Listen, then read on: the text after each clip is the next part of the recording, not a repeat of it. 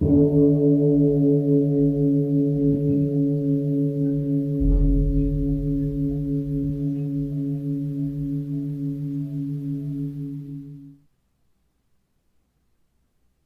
all beings be happy. May all beings be healthy. May all beings be free from harm. May all beings love life. May all beings awaken. Welcome to another Cuke Audio podcast. I'm DC Poobah of Cuke Audio and Cuke Archives, preserving the legacy of Shunryu Suzuki and those whose paths crossed his, and anything else that comes to mind. An airplane flying into Bali, bringing more tourists. It's beginning to wake up a little here. I pray that you and yours are safe and comfortable, free from economic hardship, and able to get out and do whatever it is you want within the limitations of the universal precept of do as little harm as possible. So today we have a guest, Andy Ferguson. He was here a few weeks ago, but, we had more ground to cover with him. Andy is such an impressive student of anything he gets interested in. Like, the light he casts on the history of Zen and Buddhism puts a lot of things that we cherish in different light. And, I was talking to him. I don't know if this is on the first podcast. He had a daughter marry and live in France, so he went and lived in France a bunch and learned French. And he said he'd been reading French novels. That's serious depth of knowledge of the language. So I bring up climate change at the beginning of this, and we talk a while about climate change. And naturally, he had looked into it in depth and found an area to specialize on, which is methane. Methane emissions are much more powerful than carbon dioxide. Thing is that they dissipate in the atmosphere in 25 years instead of, I don't know, carbon dioxide, how long, 250 years? I just don't know. Anyway, so we talk about that a while, and then we get into other subjects, more Buddhistically related. So after our pause to meditate, we'll get right into talking to Andy Ferguson, author of, I should remind you, and in case you didn't even hear the first one, he's the author of Zen's Chinese Heritage.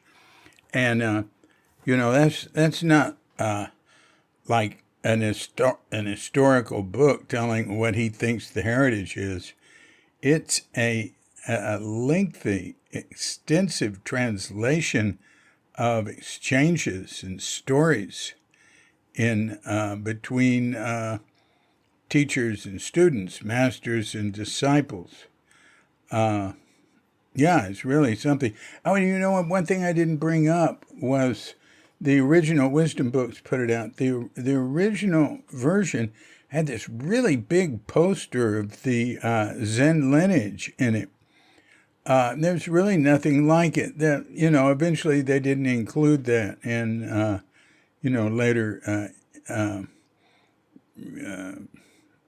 reprints. And I'm going to ask him about that. See if we can get that thing on Cuke.com. Okay, here we go. When you hear the bell, if you're of such a mind, hit pause, meditate, or whatever for as long as you like. When you're ready to come back, hit unpause, and we'll be here to hit the bell to end the meditation and get going with a call to Andy Ferguson.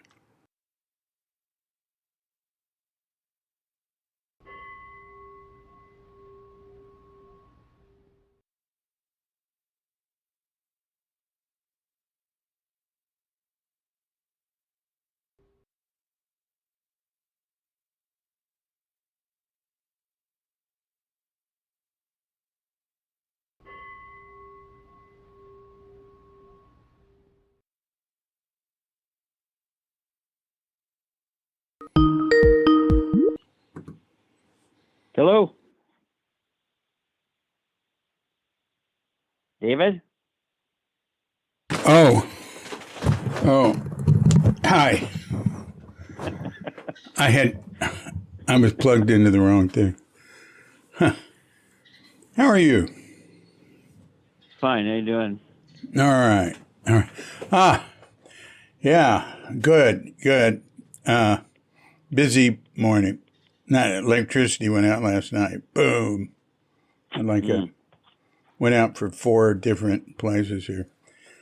So I've been catching up. So, hey, what's happening, Andy? Well, I'm trying to stay balanced in a world that's ready to throw you off balance at any second, I guess. Oh, yeah. Indeed. Yeah. Have we talked about that? I can't remember. I don't think we got into world affairs the last time we spoke. I'm not so concerned about world affairs as I am about climate change. Yeah, well, that's a world affair, I think. Yeah, all right, that is a world affair. But I really liked that movie, Don't Look Up. It was such a great metaphor or whatever for what's happening. Have you seen it? Yeah, I have seen it. I liked it a lot, too. Yeah. I don't know if I mentioned, I don't know if you're aware of it, but for several years I've worked on climate issues and have helped write white papers and so on. And my area of specialty is methane emissions. Oh, yeah. I follow the science on that. I've read a lot of scientific papers about it and have followed the story around that pretty closely, especially as it relates to fracking and so on. Tell us. I want to hear. Summarize what you know about methane and the situation today. Well, what people don't realize, I think, is that approaching half of all the global emissions that have caused global warming since the start of the Industrial Revolution, something close to not half, but a third of the problem.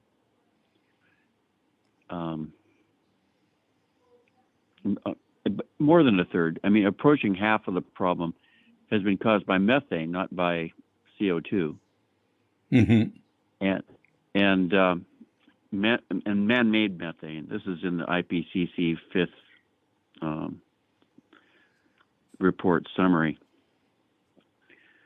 And most of that methane comes from, natural gas recovery and other man-made sources like industrial farming and,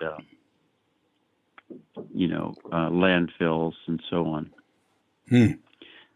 So because methane is, I think, from a practical point of view, at least 100 times more powerful than CO2, on a per weight basis, as a global warmer, it's something that needs to be addressed, because not just because it's causing warming, but also because it's our best hope to reduce the effects of warming most efficiently. It has an effective life in the atmosphere of only 20 to 25 years.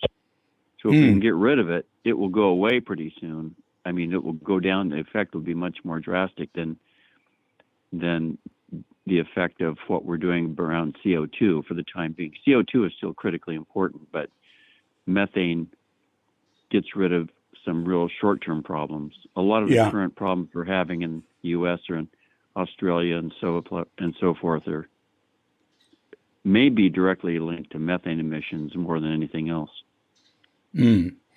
What about the tundra, methane from the tundra? That's a real concern. I don't think that the methane emissions from that up to now have been that great. And of course, everyone's worried about what happens if the tundra melts and then the tundra rots and the methane comes out, it could be a big problem. But right now, I'd say the science is still unclear on what's happening around that. At least the science I've read. Yeah, well, the poles are exhibiting the most extreme temperature variations. I mean, right now it's or recently in the coldest place in the world, Eastern Antarctica, it's been 54 degrees Fahrenheit higher than normal.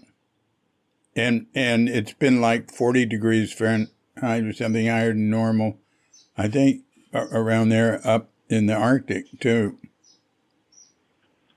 Yeah, that's exactly right. Most of the warming going on is at the poles, but there's another effect from that, which is the jet stream doesn't go around the planet the high altitude winds don't go around the planet evenly anymore. They tend to wobble up and down a lot. So you can be tremendously warm in California while it's freezing in Texas or something. Yeah.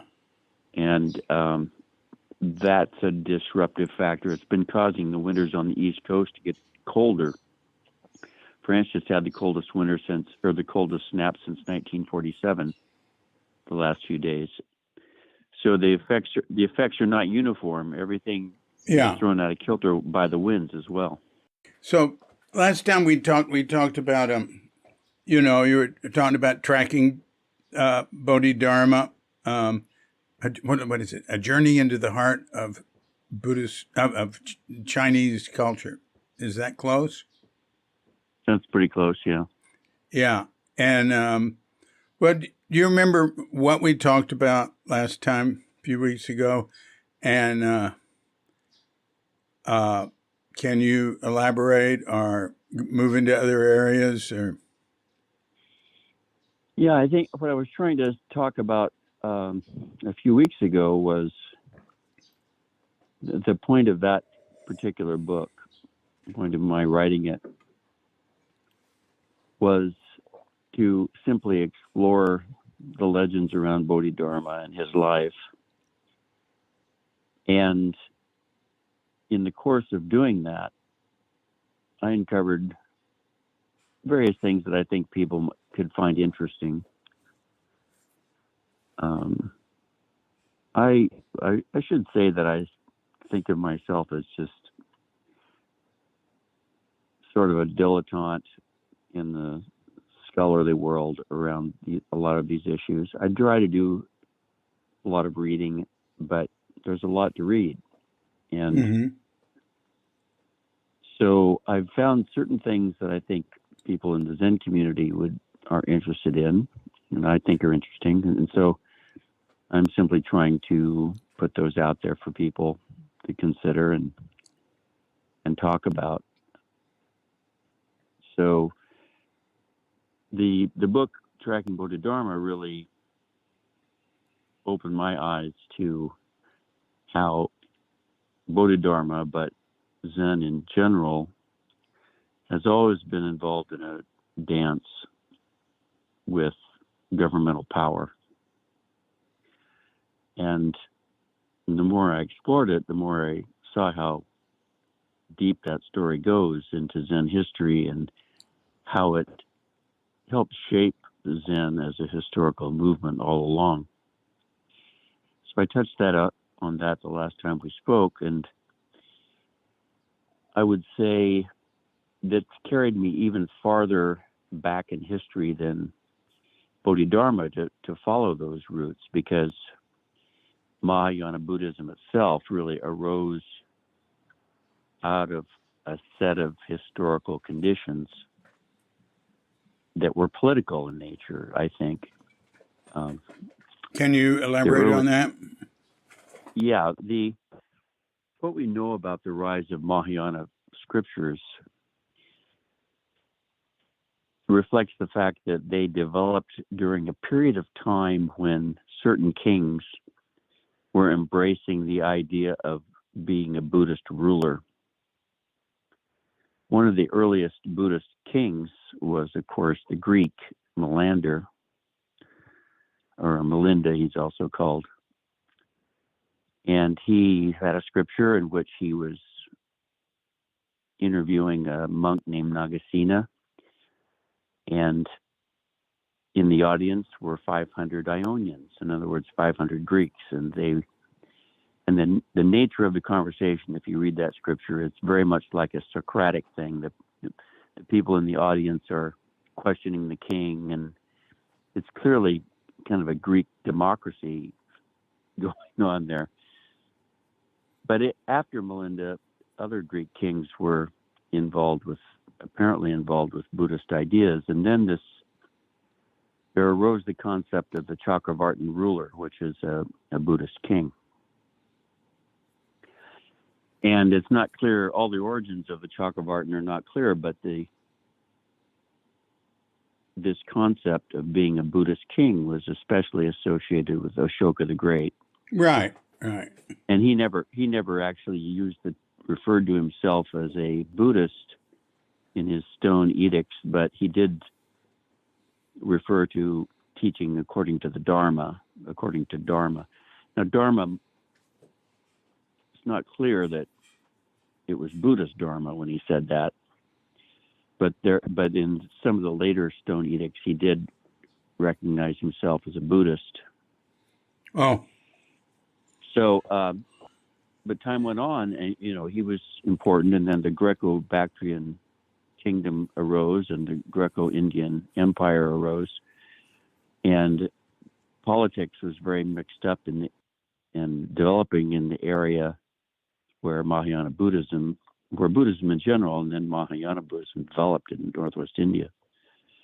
So finally, the Kushan Empire came along, and the Kushan emperors really embraced this idea. I think it was most clear that they embraced the idea of a Chakravartin monarch.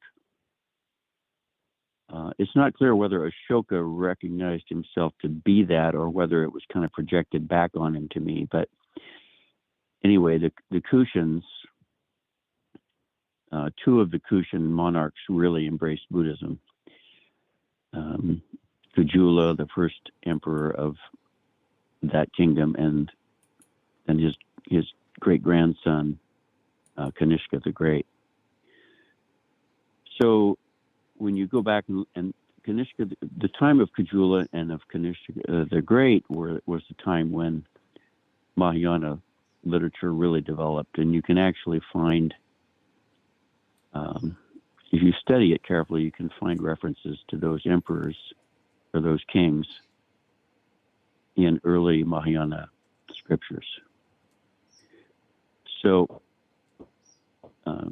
what you find is that this concept of being a Chakravartin or a Buddhist monarch took off like wildfire in China, and during the northern and southern period, from roughly the 4th century to the 6th or the 7th century, early 7th century. The kings, there were various fighting kingdoms. That's sometimes called the 16 Kingdom period. There, a whole bunch of different dynasties were there, and a lot of the kings were competing to be seen as Buddhist monarchs. And they had all sorts of symbols to represent that, and so on. And what you find is that I think Bodhidharma, who lived right in the middle of that era, represented a countervailing current to that political thrust of Buddhism. And the scriptures some of the earliest things we have written about Bodhidharma talk about him avoiding the courts of the kings. So other teachers were happy to work for the emperor because the emperor could give them monasteries and support them materially and so on. But Bodhidharma, he lived in a cave, right? That's not someplace that the emperor has to give you. You can just go sit in a cave on your own. And I think that's part and parcel to his story. Do you think he really lived in a cave? that's the story of Bodhidharma. I Yeah. personally think that he didn't live in a cave all the time, but the story is that he stayed in a cave at Shaolin for many years. And the story says a lot more than necessarily what the actual history was, because it's how the Zen movement tried to model itself, tried to define itself, I think. Mm-hmm. So whether it's true or not that he actually lived in a cave that much, it's part of the folklore, his folklore, and I think it has political overtones. Yeah. Yeah. Yeah. Mm. Now, one thing you talked about that I think I'd like to hear more about is the whole trip with Bodhisattva, and Oh, with the Bodhisattva ideal. yeah. Well, why don't you review what you had to say about that and its its role, what you felt its role was, because the Bodhisattva ideal is held up very high by Zen Buddhists. Now they don't associate it with anything political. They just associate it with saving all beings and right. Caring about more than themselves. So it's a tremendously noble ideal, and but in history, if you look at the history of the Bodhisattva ideal, you find there were different facets to it, and I've come to believe that it was part of this dance with the emperor, because the emperors tended to, some of them, not all of them, but some of them would identify as Buddhist Chakravartin kings, and then they would refer to themselves as bodhisattvas, and they would refer to their subjects as to be bodhisattvas, and so on and so on. But those monarchs, even though they were doing that, and they were trying to have societies or profess to an ideology that was Buddhist in nature, and they would throw the term around bodhisattva, but it had a lot of different contexts, and some of the contexts were not that great. A lot of those emperors were, even though they were professing Buddhism and talking about having their cities filled with bodhisattvas, they were just like every other emperor in that they were riding around in their war chariots and conquering everybody that they could. And it was more or less well, I mean, that's the case. It's simply historically that's the case. It isn't that.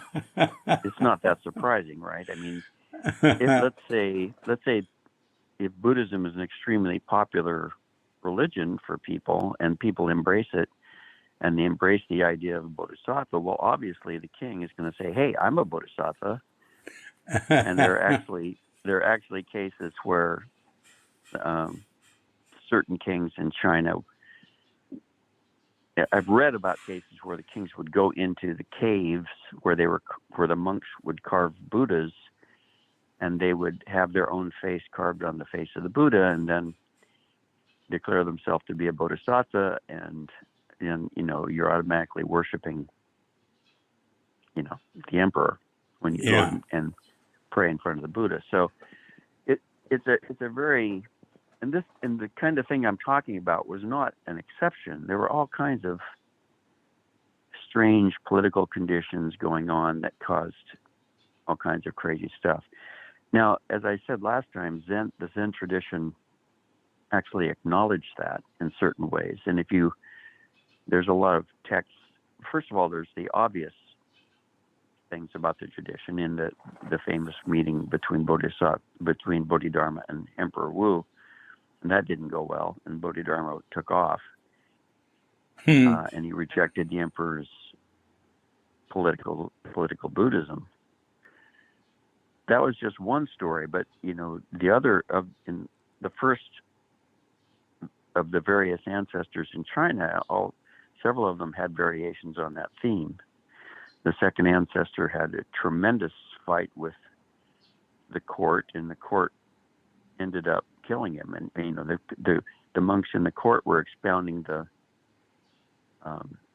various doctrinal sutras, and and Huike, the second ancestor, rejected them, and ultimately they had him executed for that. So it was a religious fight going on from the beginning. Mm. Same thing happened with the fourth ancestor. We don't know much about the third ancestor, and scholars debate about whether he even lived or not. But the fourth ancestor, that happened again, and then the split really happened with the fifth ancestor when one of his disciples, Shen Xiu, who lost the poetry contest, became the teacher of three emperors in the north, and Hui Neng went down to the south where his Nanhua temple was located, and he lived down there, and he ran things in a way that did not gel well with the court, and this is pretty widely known. And then it went on from there, and it really culminated in my thinking with Baizhang. I mentioned that last time. They didn't want to have the emperor's support, so they started farming. I mean, this started with the fourth ancestor, and then they started farming Baizhang's place and other of the Zen descendants. Baizhang is Mr. Day Without Work is a Day Without Food. Right, exactly. And who is he? The one who started the monastic building form, the design of the monastery? I don't think he was. I mean, he might have had something to do with that, but in my study of that situation, I found indications that I actually give talks on the symbolism of Zen monasteries, and I see different influences in, some of them stretch back to the time of the Chakravartin kings, for example. They tend there was a cult of Maitreya which believed that Maitreya would come down from Tushita heaven and lecture to the kings of the four continents. Well, now the four continents was the ancient idea of the world was made of these four great continents, and they each had kings. But an emperor who could rule over all of those continents and rule as a Buddhist ruler was a Chakravartin emperor. So when you go in the first hall of a Buddhist temple in China today, you see a statue of Maitreya in the middle of the hall, and then around him are the four kings of the four continents. And Maitreya was actually adopted by various of these ancient rulers, especially Wu Zetian, which was the woman emperor of the Tang Dynasty. A woman emperor of the Tang Dynasty. Yeah, there was for a short time, there was a woman emperor in China, and she and some other ones tried to develop the cult of Maitreya, and that they were Maitreya, and then they had come to save. Maitreya is a millenarian Buddha, comes and saves everyone. Comes down from Tushita heaven and lectures. Well, if you go in that hall, even today, there's a statue of Maitreya in the center, preaching Dharma to the four heavenly kings. So what are these four continents? What did they have in mind? I don't know the details of the four continents. I think this actually might have, I think if I remember correctly, that the idea of the four continents came from Persia. But I'm not sure about that. It might have been a Indic myth. But the point is that it was a well-established idea, and the doctrine of being a Chakravartin king in these early Mahayana scriptures was to describe an emperor who would rule over the four continents and the kings of those continents. So Baizhang is the most interesting. I mean, I'd like to live long enough to really do a lot more research on Baizhang in more depth, but But he was the most interesting because he actually stated at one point in the record of Baizhang that you should not follow the Bodhisattva path. Mm-hmm. And he also made a very rigorous attack on any sort of metaphysical interpretation of reality at all whatsoever. Mm-hmm. Mm-hmm. He denounced any idea of intellectualizing about the nature of reality on any level. Say, would you give an So, example of a metaphysical interpretation of reality? well, an example would be if you believed in ether, as an underlying, thing in the universe. Uh-huh. That was the what 18th century or early 19th century idea that there was an ether and light waves traveled in it and stuff like that. Uh-huh. That would be a metaphysical idea. There was no scientific evidence for it, but here's another one. I once went to a Zen lecture by a very well-known teacher who I won't name, and he started talking about these forces that exist, and that one force would envelop another force, and on, and this. And it was a lot of nonsense, really, but he was completely convinced that he was convincing everyone that these forces existed, and I kind of got up and left and never went back because it was metaphysical silliness, and it wasn't based on any sort of scientific observation or anything else. It was just somebody's idea of how things might work, and it struck me like you might hear from a 15th century scholar in a university in Europe or something. Metaphysics was very popular in the late Middle Ages and in the start of the Reformation. So there's lots of things that are. These become ideologies, and that's exactly what happened in Buddhism. A lot of metaphysical ideas developed. A lot of people are, sort of regard the idea of Buddha nature that way. It's not really a thing. It's a thing. It's really there, but then it's not really there. And it's like, is it the same thing as realizing that there's no self, or is it not that, or it's a very blurry concept. And there was huge fights in Buddhist communities when the Mahayanas with the Mahaparinirvana Sutra started expounding Buddha nature, and the Hinayanas, fought against that idea. They said it was turning Buddhist teaching into metaphysics, and there were huge fights around the whole thing. So that's another reason I think it's interesting that Baizhang, apparently based on the lamp records, counseled against embracing any sort of metaphysical ideas. But of course, Buddha nature was kind of tracked along with Zen and other teachings like Tiantai and so on. It was very, very central idea in some ways. Yeah. But if you look at my book of translations, there's very, very, very little talk of Buddha nature. Yeah. And there's very little talk of bodhisattvas.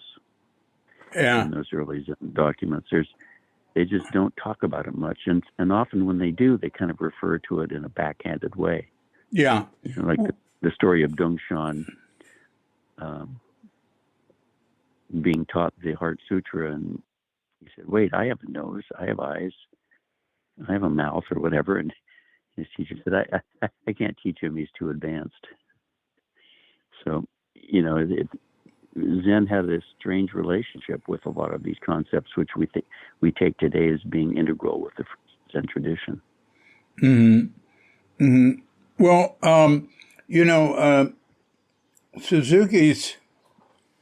Suzuki would use terms like Buddha nature, but at other times he'd say, "Well, actually, there isn't any such thing." Right? He'd say, "Well, really, he'd use the term mind, and he'd say, "Well, really, there isn't any mind." He'd he'd use the term absolute, and then students asked him about absolute and relative. He said, "Oh, I don't know what you're talking about," Or, Right. it seemed to me like pretty much what he said about Buddhist teaching is it's not Buddhism. It's just trying to hint and point at things in sort of skillful means, saying, trying to figure out what works. And he said the same thing about Buddhist teaching. He said, that the teaching, actual Buddhism was there before he started talking. Yeah, that's pretty much sums it up. It's when you look at these old teachers, they said the same thing, and they said, we talk about all this stuff, but really, you've just got to go do it. Yeah. And see it on your own, and you'll figure out your way. Maybe we try to give you a hand sometimes, but mostly we can't say anything that helps you. Yeah. I remember another thing is very specific interpretations of karma and reincarnation. Who was it was just telling me they went to a talk? Yeah, and Suzuki was there very early on. Some people took him, some Chinese, Korean teacher was talking about reincarnation and how if you stole something in this life, you'd be born in the next life without a hand and stuff. And they just thought it was ridiculous, because Suzuki never talked about anything like that. And so, they were being, they weren't being real respectful. And the next day, Suzuki started the morning zazen in a fury, hitting everybody, saying you have no respect, even though this speaker clearly was saying things that he wouldn't say, and probably wished he hadn't been taken there. He really didn't like the treating the speaker rudely. Well, Suzuki was a unique personality. You knew him as well as anybody. I think probably you've known him better than anybody since you did so much deep research. And I know that what comes out in a book is maybe only 20% or 25% of what you actually discover when you go deep into something. Well, what do you think about, actually, what I was bringing up there was people trying to me, I don't think about interpreting reincarnation and karma, but I don't reject them. But there's people who say they want Buddhism without reincarnation and karma.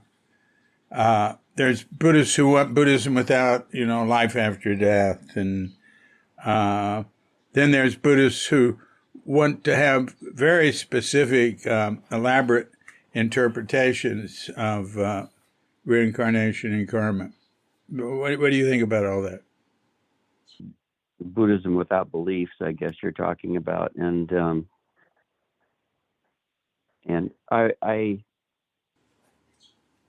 I tend to go along with that because I kind of influenced by people like Baizhang, who I think I really admire him as a historical figure from what I can see, and I think that he was just not willing to compromise with metaphysical claptrap, and he wanted to get people to concentrate on their life because that's the reality they're dealing with.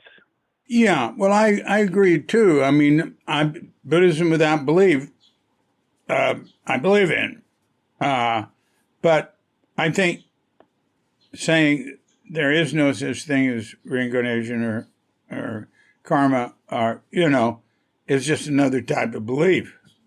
Yeah. I mean, when you go clear back to King Melinda, the thing that he was querying the monk Nagasena about was how can you talk about there being no soul or no Atman, and then you still talk about reincarnation. If there's no soul, no Atman, how can there be reincarnation? So this question, this contradiction in Buddhism goes way back. This is one of the earliest records we have in the historical scriptures. I mean, that's not a sutra, but the questioning. That's a famous story in the Buddhist canon. Right. Well, I was doing a Vipassana retreat here, and the teacher gave a little talk, and he asked if, what is it that reincarnates? And nobody said anything, so I raised my hand, and he said, yeah. I said, karma. He said, that's right. It's just karma that continues. Yeah, I tend to agree with that. I mean, because anyway, if there's no self, but there is the results of actions, then of course it's the karma that goes on, not a self that goes with it. But the nature. Pardon me, but I don't think reincarnation introduces a new problem. It's like right now, what is continuing from moment to moment. Yeah, I agree with that. It's karma. But anyway, pardon me. I'll be quiet now. Yeah, I'm. One thing I mention that I'm not a Zen teacher, and I don't want to be, and don't try to be. I'm just interested in. I have a great deal of respect for the tradition and what it's about, and I enjoy it a lot. But I don't make any pretense to instruct people. It seems to me, it's always struck me as, frankly, as strange to become. What does it mean to be a Zen teacher? Especially like Aiken said once, Zazen is therapeutic, but it's not therapy. And, that's true. I mean, people come from such totally different backgrounds and with their own sets of demons and problems and fears and so on. It just has always struck me as being, you have to be pretty careful when you're dealing with people and how you deal with them, I think. And now I think there's probably the best teachers are the ones that don't pretend that they can address any of those questions at all, because they don't know. They're not a trained therapist. They're not a trained professional in some of these things. So maybe they're smart enough to serve as a sounding board for people and make minor suggestions. But dealing with people is difficult. I think it's hard, and it requires real understanding and training. Not you can't just say, "Oh, I'm going to be a Zen teacher," and you go off with your ideas of what that means. I think you have to be really careful about those kinds of questions. Yeah, I certainly agree with you.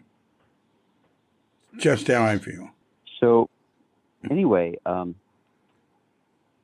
think the fun part of going through the old texts and reading them is that things explain themselves in ways that you can't get from anywhere else. Things even today. Some of the stuff I was reading, research in old Chinese and by Chinese scholars, was telling me things that I'd never considered, and that helped in my understanding of how the Zen tradition developed and what it was about.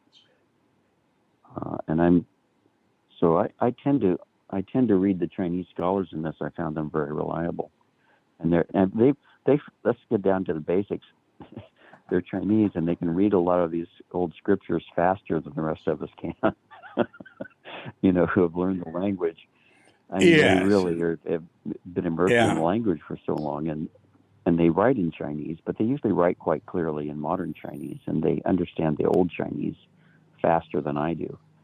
I can understand it, but I have to sit there and look at it and make sure clear on what each character is contributing to the sentence. They're a lot faster at it than I am, and I find their interpretations and their comments extremely helpful. I've always found that.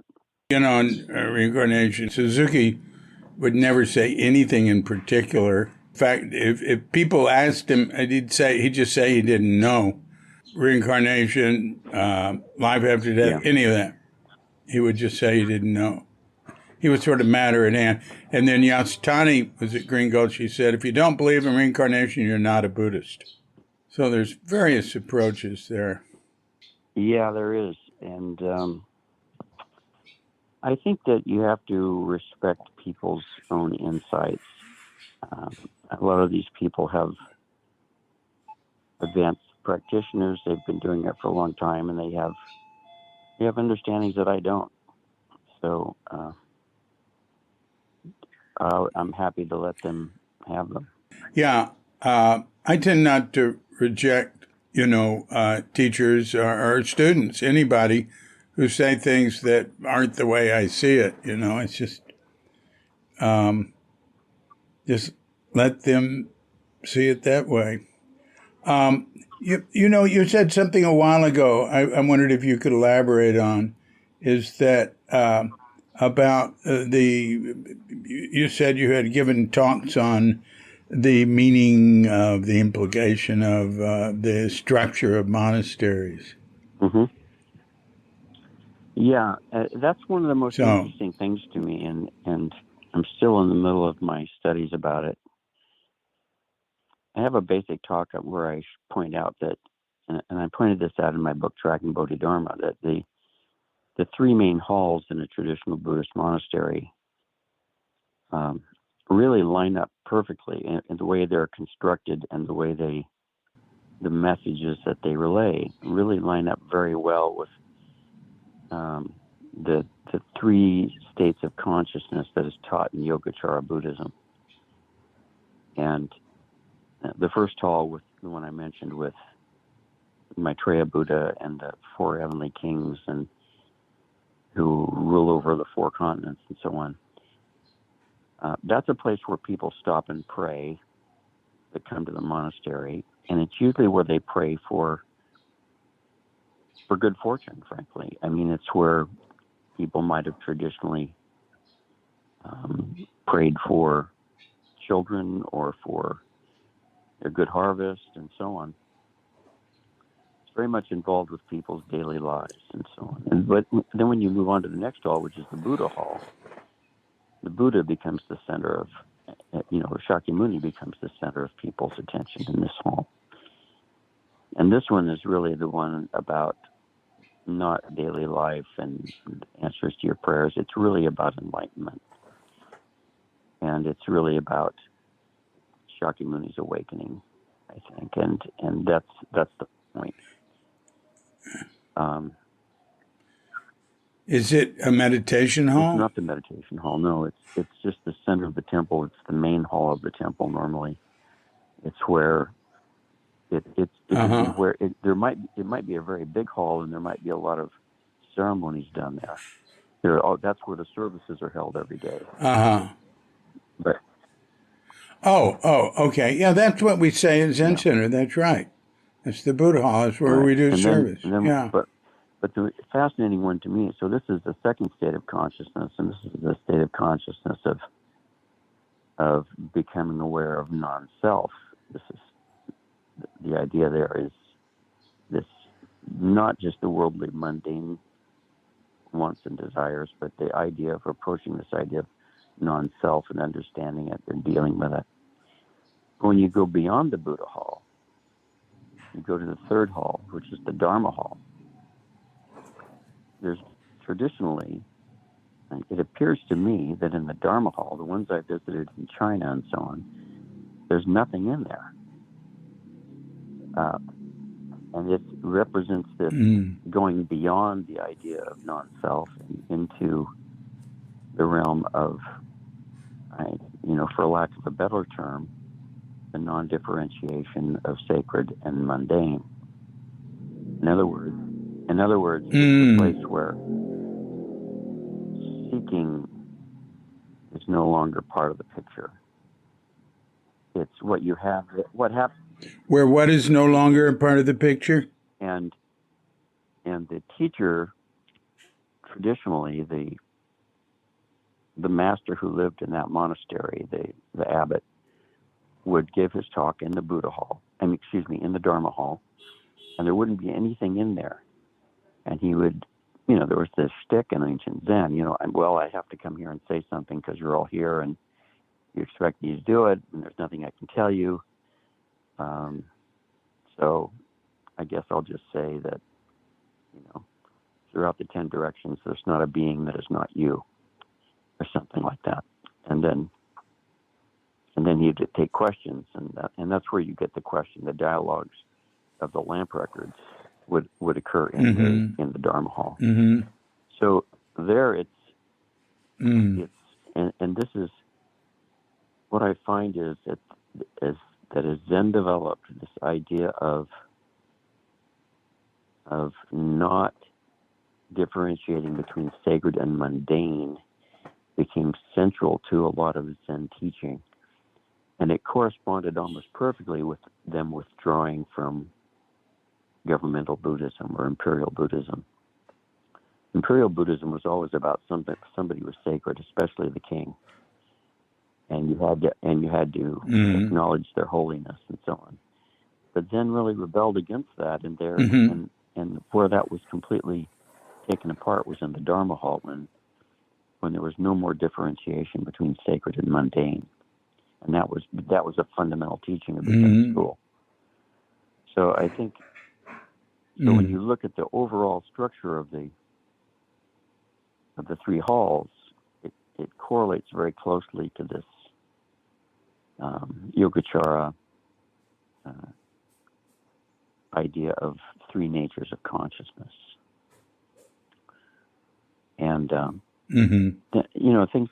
So now there's a lot of sub-stories to all that, like what's the symbolism in each hall that relates to this story, and how does it develop, and so on. Like I mentioned earlier, the front hall with 4 continents, the Chakravartin King. So it looks to me like the Zen monasteries were always in a dance, and they were always dancing with this political power that was trying to direct them one way or the other, and they would acknowledge it with that first hall with Maitreya in it. There were so many emperors that tried to portray themselves as Maitreya, and they were dancing out there with that. And then, okay, but if you get beyond all that political stuff, and praying for relief from their suffering directly, it gets more interesting. So you go through these other things.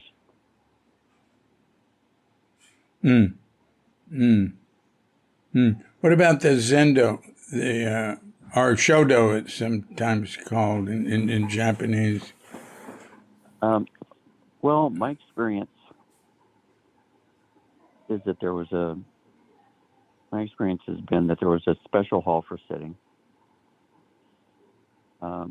at Bailin Monastery in China, which is an enormous monastery where Joshu lived, which still exists, and where we performed tea ceremony in honor of Joshu and the tourists when we went there to visit. The sitting hall there were 2 sitting halls. One was for the monks, and one was for lay people. And they were both huge, very big. Lay people, of course, you could have women on one side, men on the other. And in that particular hall, because Joshu's place, the character Wu or Mu, the Mu character, was in big calligraphy on the wall. It wasn't just calligraphy; it was actually like an enameled wood that was a big one that was in the form of Mu, and you sat in that hall, and of course that's synonymous with Joshu. So, I don't think I'm not aware that there was a specific way that the zendos had to be, but all the ones I've ever seen have been quiet, not adorned. And Right. and Chinese generally sit on benches. They don't sit on the floor. So, how do they sit on benches? How do they do they have a their job where legs? they're on the bench, but the bench is continuous bench down the Yeah. wall, and they sit on the bench. Well, that's what they do in Okay. Japan too. Yeah, they sit on tan, raised. And the Zendo. Now, I don't, I don't know how far this extends. I think of Zendos, at least Soto Zen, because it wasn't true in the Rinzai Zendo I sat in Japan at Shogoji. Actually, it wasn't true in the Soto one I sat in either. But traditionally, it was Manjushri was enshrined in the Zendo. And we don't do that at Zen Center. Oh, yeah, at Page Street, there's Manjushri. But at Tassajara, there's only one hall. It's the Zendo and the Buddha Hall and the Dharma Hall all together, right? Yeah, I mean, Manjushri is more closely associated with Zen. Samantabhadra is more closely associated with the Pure Land teachings. One of the things that you find in the Buddha halls, which people may be aware of, they've seen it, is that when you go around the Buddha and go out the back of the hall in the Chinese hall, traditional Chinese hall, the path that goes to the left, typically to the left, although not necessarily, will pass in front of a statue of Manjushri before you go out the back door. And the path that goes to the right will go in front of a statue of Samantabhadra before you go out the door. And as you pass out the back door, there will be a statue of Guanyin, which sits with its back to the Buddha and kind of a yin-yang thing going on. The Buddha is facing the front of the hall, and Guanyin is on the other side of that wall facing the back. The female form of Guanyin. And she looks out. He looks out to the Dharma hall. Yeah. So Manjushri, I think of with the sword, wisdom cutting through delusion. Would you agree with that?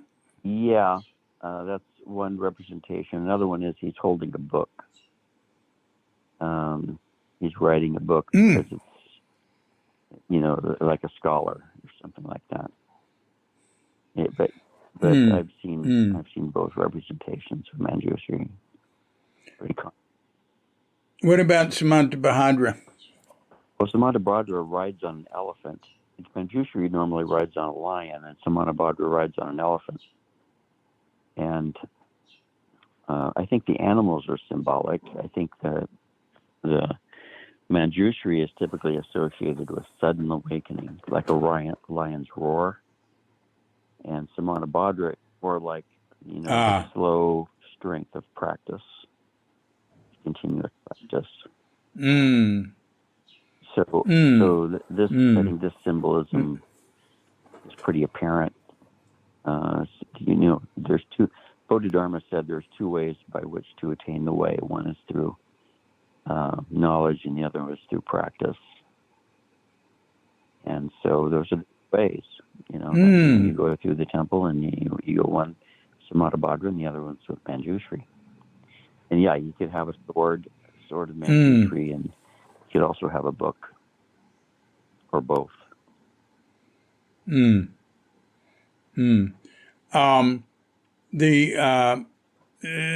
sure who, maybe it was Ramana Maharshi, but I've heard this more than from him, is there's two ways to, attain enlightenment. One is through insight, and the other is through devotion. And so you mentioned Kuan Yin. Now, Kuan Yin is, we haven't touched on Kuan Yin. Avalokiteshvara is very big, very, very big in Buddhism in Asia, and in America. And, you know, people chant the Imejuku Kanongyo and all that. And it just really appeals to people. It's like, it seems to me like Kuan Yin is that, satisfies that sort of Virgin Mary sort of desire. I mean, people are really into it. So what do you have to say about Kuan Yin and Buddhism, like in China? Well, she's clearly super popular in China. Obviously, you can't walk through Chinatown without seeing, you know, several of the 30-odd standard representations of Guan Yin. Mm-hmm. Whether it's pouring water or saving children or one of her countless other forms, the 1,000-armed, 1,000-hand Guan Yin. You know, there's just so many. And that just is indicative of how popular a figure she is, and you know, so it's compassion, right? And the sprinkling water Guan Yin irrigates people's hearts for compassion and so on. The Guan Yin phenomenon is huge, and she's in many of the Mahayana sutras, or he is. You mentioned sprinkling water. That is in Buddhism, in Hinduism. It's here in Bali. In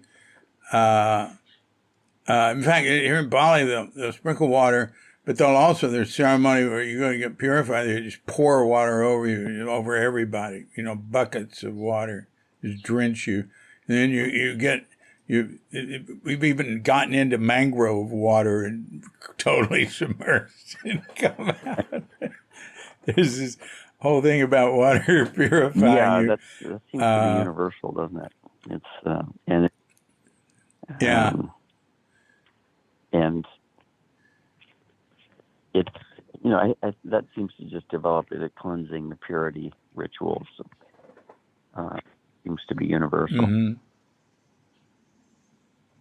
Mm-hmm. And the ocean. Oh, the ocean's big here. People go, like, especially on certain days, almost nobody swims, but they go to the ocean, and there will be certain times they will get in the water to purify themselves, especially first day of the year, either the modern year or their traditional calendar year, or they'll sit on the beach, or they'll cover themselves with sand, that sort of thing. And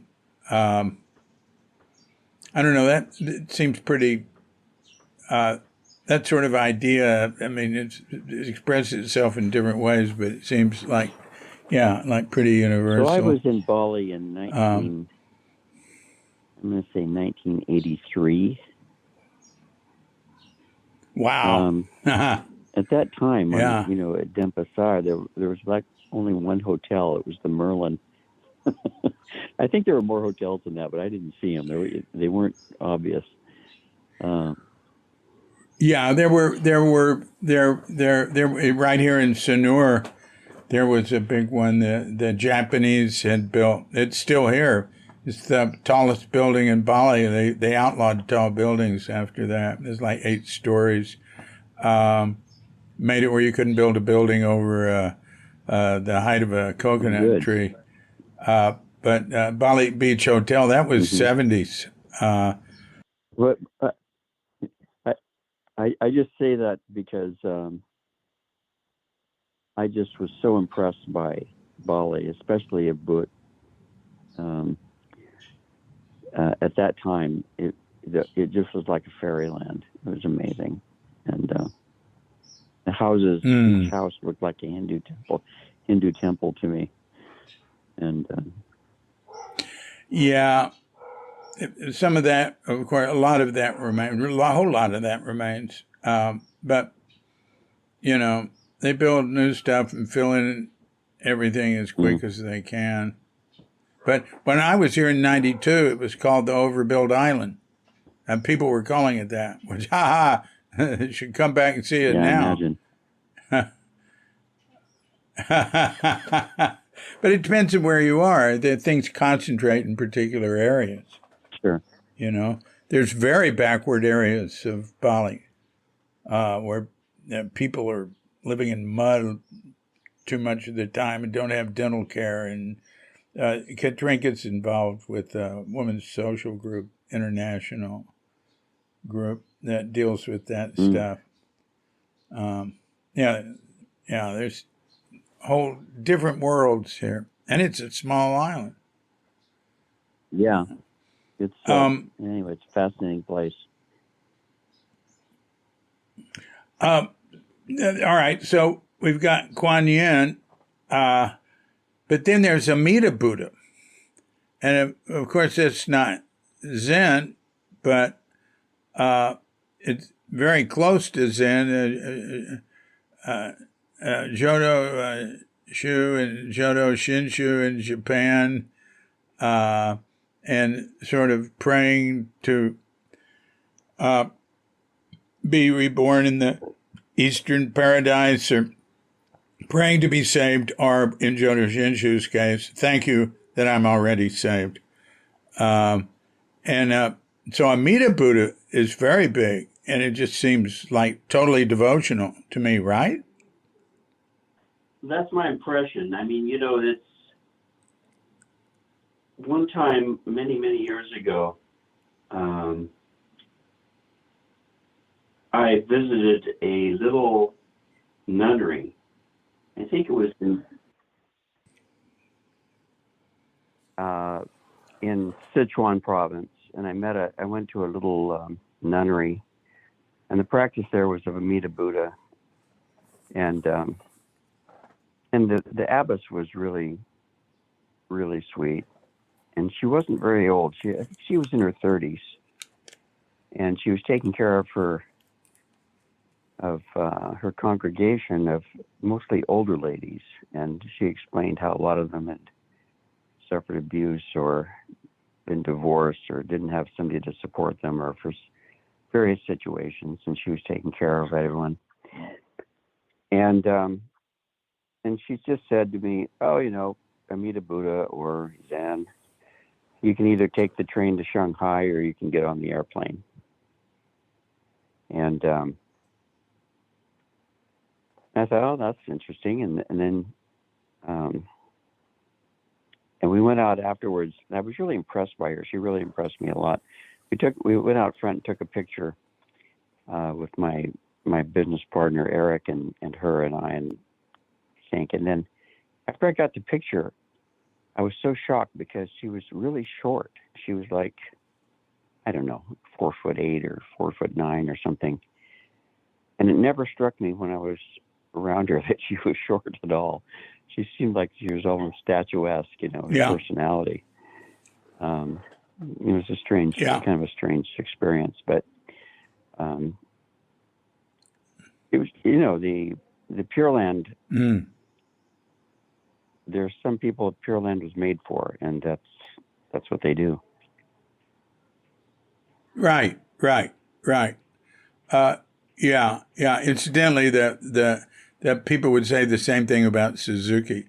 They wouldn't realize how short he was until they saw a picture. He was 4'11". Yeah. Yeah. Now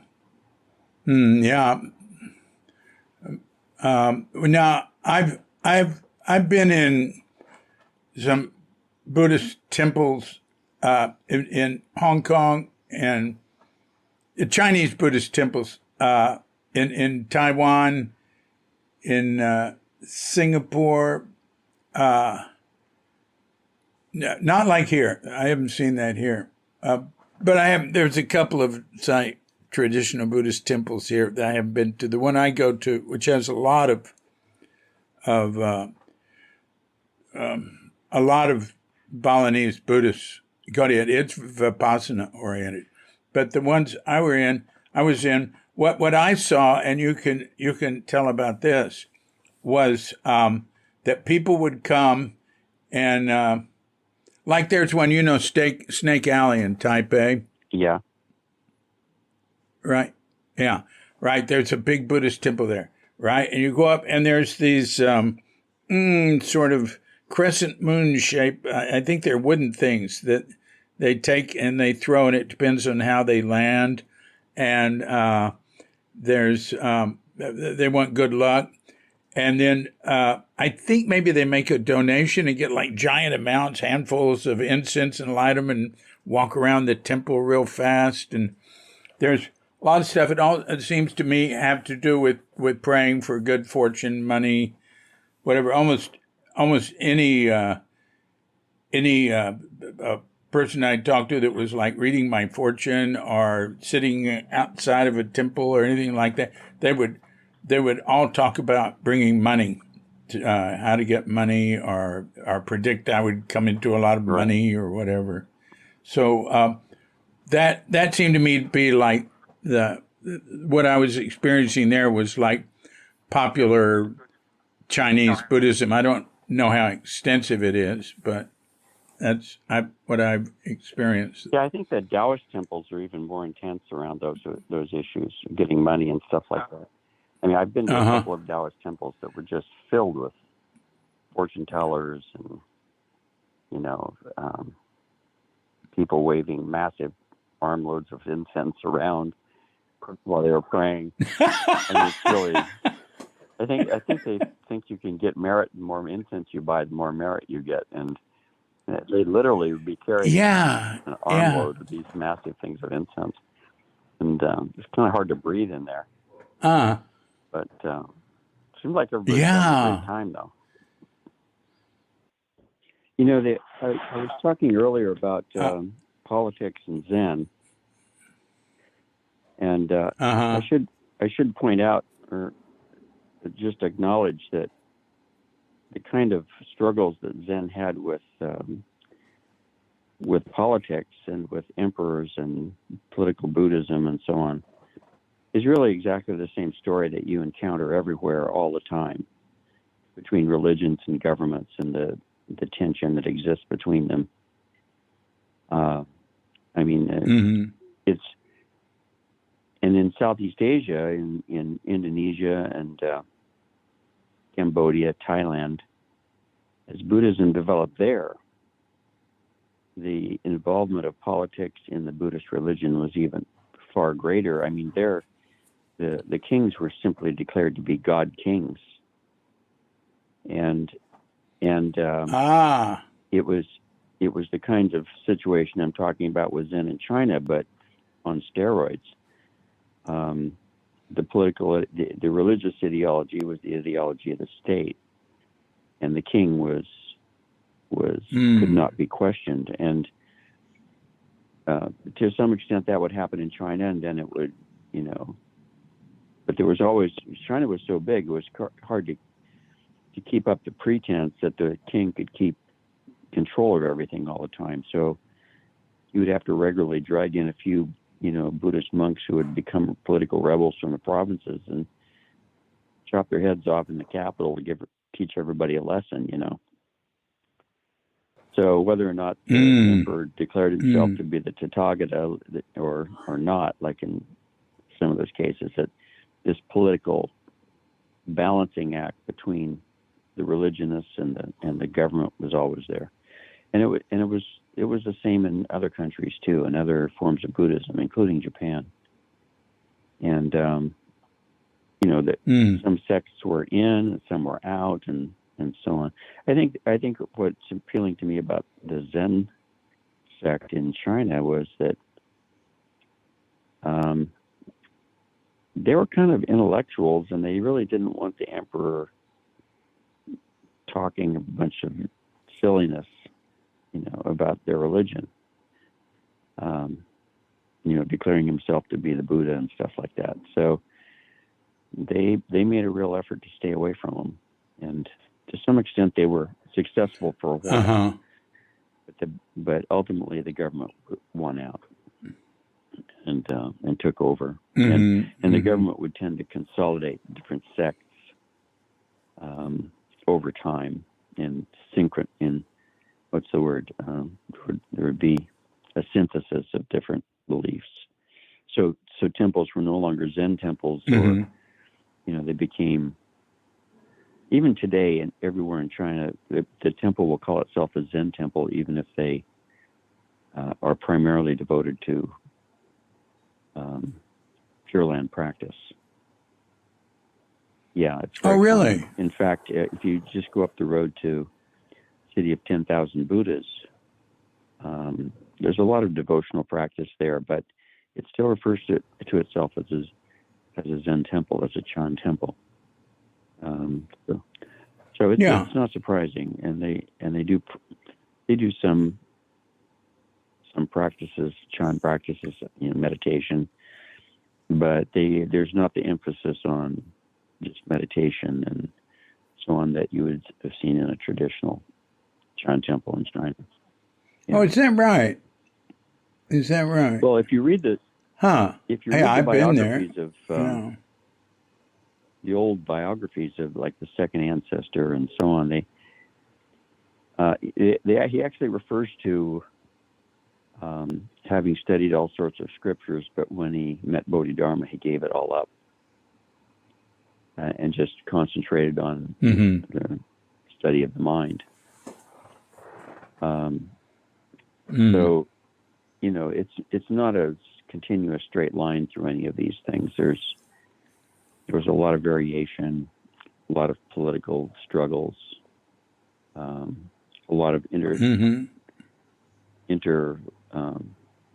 secular struggles between the different sects, and so on. It's a complicated picture. The when you were talking about Imperial Buddhism, I mean, Japan went through that for the first half of the 20th century, and they had a period there, I'd say the second quarter, where it was absolute, where the emperor was above Buddha, and all sects had to recognize that. And well, that was exactly the culmination of what I'm talking about. What happened in Japan? I mean, that's where it came full circle and developed into entirely a Buddhist ideology. Japan wasn't big enough for the emperor to let something else happen in the provinces, whether he liked it or not. In Japan, it came to the point where the entire country was devoted to emperor worship. Oh yeah, it had to. It was you couldn't be against it, right? There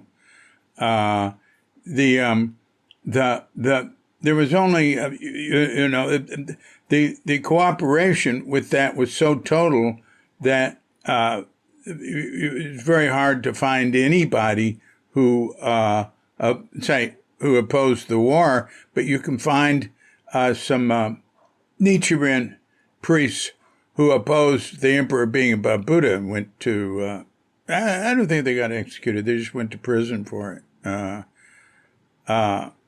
And they tried to claim afterwards that they opposed the war, but that isn't what they opposed. They opposed Imperial Buddhism.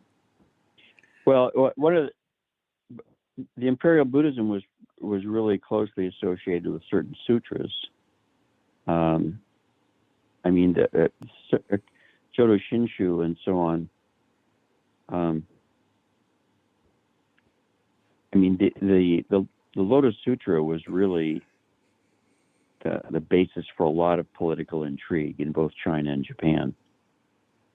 One of the generals who was, and I talk about in my book, Tracking Bodhidharma, one of the generals who took part in the invasion and massacre in Nanjing was completely devoted to the Lotus Sutra and believed that it offered, it's like a conspiracy theory. He believed that its secret meaning was that it was ushering in a golden age of Buddhism in Japan, and Japan would rule Asia for 1,000 years. So, hey, that's exactly like Hitler. It was. He was going to bring peace for 1,000 years. Yeah. Well, so there were a lot of political intrigues around the different sutras, and part of that was simply because a religious sect could have patrons who were rich, rich patrons, members of the elites and the aristocracy and so on. And they were always at war with each other. So when the sects became avatars for the fights going on between the warlords, you know what I mean, in Japan. And so that was not uncommon. And the same thing happened to some extent in China, but in China, Taoism was a big part of the picture all the time, and the overall fight between Taoists and Buddhists for the influence at the court was a major issue. So, and then there's, well, where does Confucianism fit in there? Well, of course, all three of them were major players in these battles. Confucianism was always the nominal secular philosophy that ruled the courts, but the emperors were very, very often influenced by shamanistic beliefs or Taoist beliefs, or the Taoists held a lot of sway for a certain time with some of the emperors in around the 6th or 7th century. Had a lot of influence. Feng Taizu was very influenced by Taoists. But so the Taoists had this idea where, the Taoists were always trying to find an elixir of immortality. So unfortunately, they thought that two of the key ingredients were lead and mercury. And so they would make these elixirs of immortality, and then they would get the emperor to drink it, thinking that he was going to be immortal. Next thing you know, the emperor drops over dead, and they would haul the Taoist out and chop his head off. So the Taoists completely changed course in the middle of history, and they quit teaching the concept, quit trying to find the elixir of immortality. And what they did instead was started talking about the body itself as a reflection of the external cosmos. So inside your body is a reflection of the external cosmos of the universe, with stars and meridian lines and all this stuff. And so we got very caught up with popular medicine too, but they had to change course pretty quick because their elixirs got them in a lot of trouble. Well, in both China and Japan, it was not a total, as you well know, it wasn't a homogeneous population in China. The country had a vast number of local dialects and people with different beliefs and different local gods and different local legends and so on. And some of them survived and became very famous in the Taoist pantheon, and some of them didn't. But there were lots of them. There's lots and lots of Taoist gods that were, the god of the hearth, the god of the fire. What was his name? Sun Kui, who was kind of like he came out on the night of the hungry ghosts and guarded your house against the hungry ghosts, kind of like a jack-o'-lantern is supposed to guard our house against goblins on Halloween. All those things are just, when you talk about popular culture in China, you're almost talking about Taoism. There's just so much, folklore and local tradition and so on. Well, how did it go from, he speaks, does not know, who knows, does not speak, and that sort of thing, to all that superstition? Well, what happened? I mean, I think the local, all politics is local. And the local people had their own ideas and their own God, and so a different language. You could have two different villages 50 miles apart with speaking different dialects, and so cultures develop and thrive in local communities, and there's a ton of those. I used to read a lot about that stuff. I've forgotten a lot of it now, but I used to read about it. And if you go to Chinatown, what's really interesting about Chinatown, I actually gave tours there for a while. You can walk through Chinatown and see a lot of these old figures that are so popular in Taoism and so on in the all the figures in the stores, and there's scores of them, and there's maybe 10 or 15 real common ones, and then there's a lot of lesser known ones, but you can still find them in the stores in Chinatown, the traditional culture places. And there's a story about them. I used to know a lot of the stories. I've forgotten at least half of them at this point. Yeah. Well, it came to me where I just associate Taoism with magic and superstition. It's like modern Taoism and what I first read about Tao just don't seem to have anything at all in common. Yeah, they don't. That's largely accurate. Yeah. From a Western, reasonably educated Westerner's standpoint, it all looks kind of intimidating and like something to stay away from. Like Confucius said, respect the spirits, but keep them at a distance. It was just kind of good advice. Well,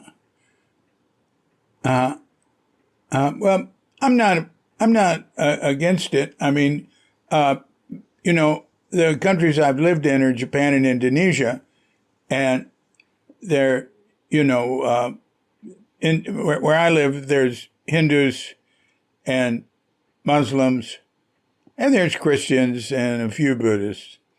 But basically, it's shamanism, both in Japan and here. Now, I think the Muslims have been successful in eliminating a lot of superstition and shamanism and all that, and kings that were Buddhist kings, and it was Buddhist here when it was first, and then it was Hindu, and the Hinduism still has Buddhism mixed in. But what I see is they're really into spirits here and in Japan, but even more so here. Yeah, I remember that. Japan, they were a little more atheistic.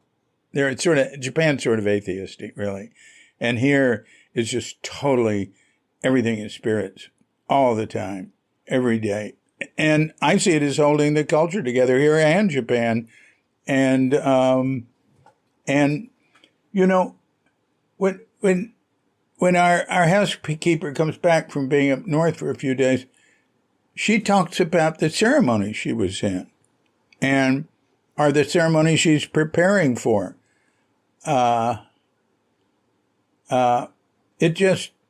It's just their life here. It's just total. And it's, I sort of like it. I don't try to understand it or anything. Well, it's not surprising. It's not really surprising, is it? When you look at the influence of popular spirituality in America. You've got a lot of Christian sects here, Christian churches. You got a lot of other people doing New Age stuff.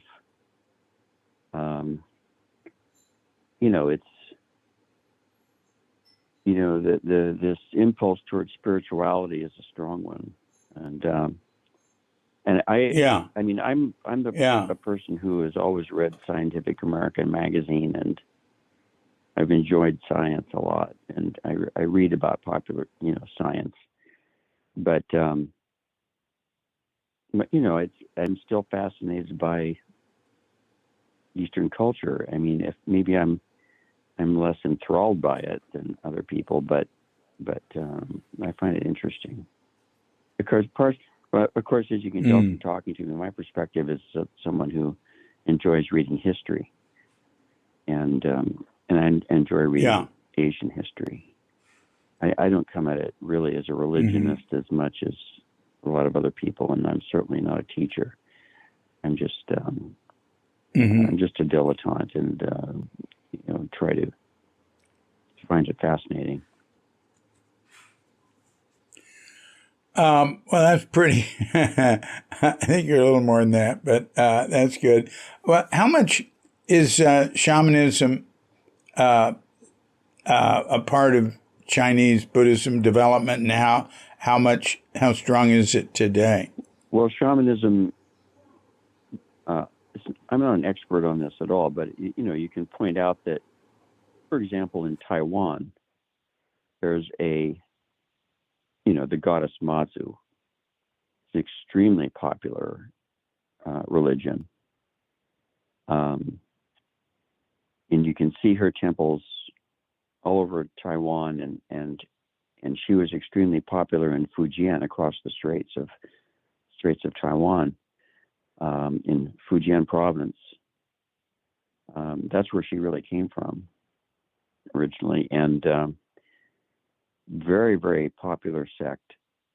And it's not really, I don't know enough about it to say what it is, but I've read it about a few times, and it's kind of a local, if I remember correctly, it's kind of a local sea goddess. I mean, that's a lot of fishermen in that area, and now she's really important. And that, I would say that was a common occurrence in China, the local religions again, and it gets bound up in Taoist beliefs. And then there are other Taoist goddesses that were extremely popular traditionally in China, like the Queen Mother of the West, extremely popular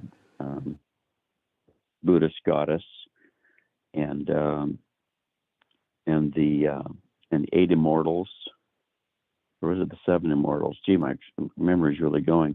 But they all met. If you ever read Monkey, that novel Monkey.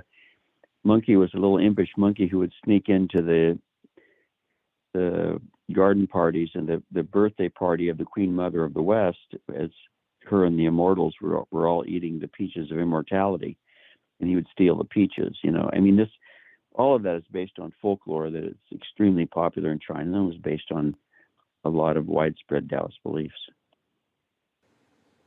Right.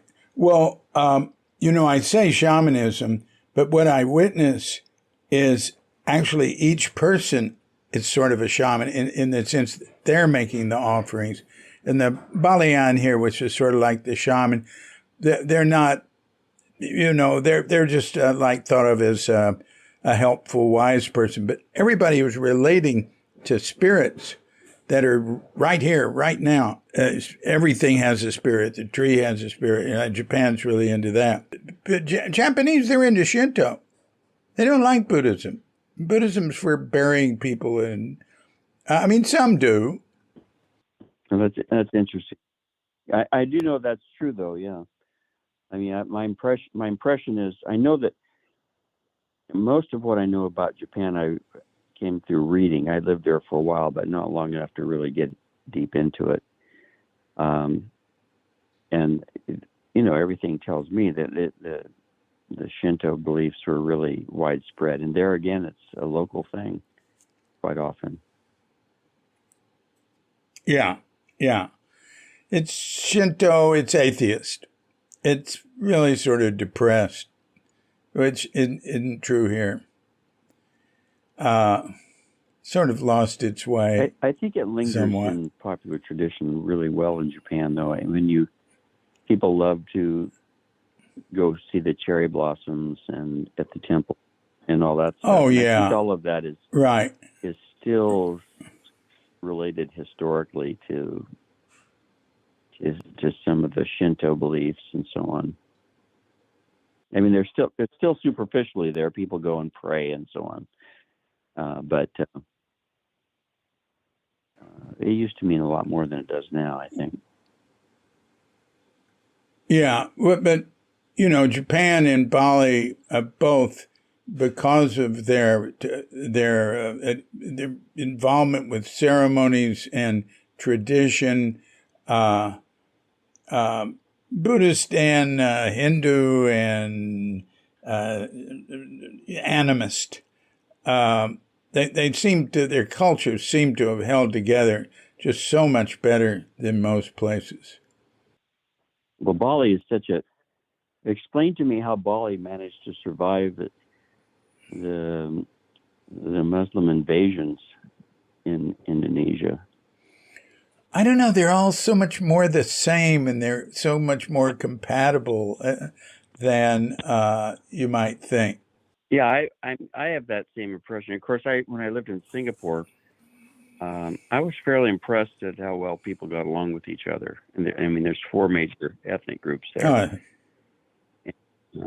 course, Yeah. that was under Lee Kuan Yew's, stern hand too. But Singapore was quite an eclectic society. Yeah, well, it still is. It's great. I have great admiration for Singapore. And they have Chinatown, which is funky and cheap. It's great. It's interesting to hear you say that, because when I lived in Singapore 40 years ago, we got the same feeling when we went to Japan. Singapore 40 years ago was not the Singapore that you have today.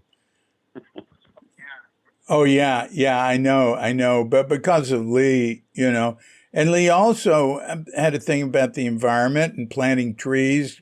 Look, when I was in Singapore in 2011, and a guy drove me all over and gave me a tour, and he took me to Lee's home. There's one guard in a box. Like a little, like a phone booth size, bigger than a phone booth, But he said Lee and his wife, they go out without any guards or anything. You go shopping, and very, very popular. Well,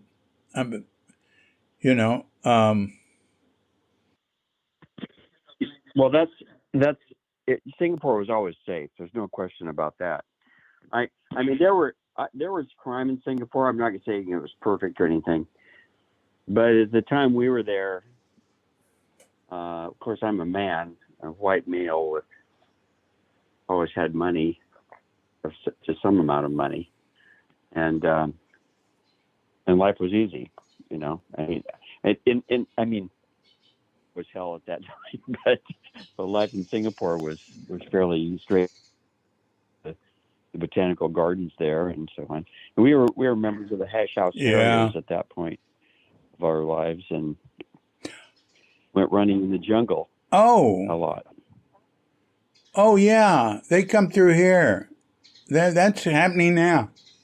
It's really big. Yeah. Like there'll be 1,000 people running together. Yeah, we never had that many in Singapore, but back in those days, we might have 40 or 50. And basically, they called themselves a drinking club that ran. But you'd go on you'd go hashing, that's what they'd call it, which meant on the peculiar race they do that has its different rules that keeps everyone more or less together, no matter how bad a runner you are. And then afterwards you go out to dinner. It was a lot of fun. But the interesting thing was that we would run through the kampongs, the old kampongs, the little villages that you couldn't see from modern Singapore, the ones out in the jungle. And so it was quite a good way to see the traditional Malaysian and I suppose Indonesian lifestyle. Yeah, it's that we say kampung here, almost. I can talk to people in Malaysia. In Singapore, everybody speaks English, but if I run into any old Malaysian type Singaporeans, I can talk to them because Indonesian is based on Malaysian. Yeah, it's pretty similar. Yeah. Well, listen. This has been great talking with you. Is there anything that you haven't touched on? No, I think that's it. I think maybe I'll talk to you again sometime when my books are ready to be published. Oh, yeah. Just tell me when. I'll do it. All right. Good, David. Still alive. All right. Thanks a lot, Andy. Okay. Thanks a lot. Take care. Okay. You too. Bye-bye. Bye-bye. So thanks a lot, Andy. It's always interesting talking to you. You know, in editing this, I had to cut out a lot of stuff I said. I didn't cut out enough. But, you know, I get talking with him, and then I get interested, and that stimulates me. So I probably cut out 20 minutes of stuff I said. It's just too much. You know, the thing is, I think sometimes I should call people and get all of that out and then do the phone chat. But that doesn't work because the phone chats work with them saying what they want to say first. And, you know, a lot of the things we say because of urges. And so if I try to talk first with him, then a lot of that would come out. So when people start telling me, oh, yeah, I want to talk about this and that, or blah, blah, blah, I say, don't say it now. Let's wait till we talk. So thanks a lot, Andy Ferguson. Appreciate it. Look forward to the next time we talk, which is going to be when your next book comes out. Oh, hey, not only Zen's Chinese Heritage is his book, but Tracking Bodhidharma. A lot about Zen in China and the roots of Zen practice today by reading Tracking Bodhidharma. And then his next book comes out, we'll do another podcast with him. So until next time, this is DC Poobah of Kook Audio and Kook Archives coming to you from sleepy Sonora with Doghead Bandita, Feline Cochita, and dear lovely Katrinka. And we're wishing you and yours and all of us a grand awakening.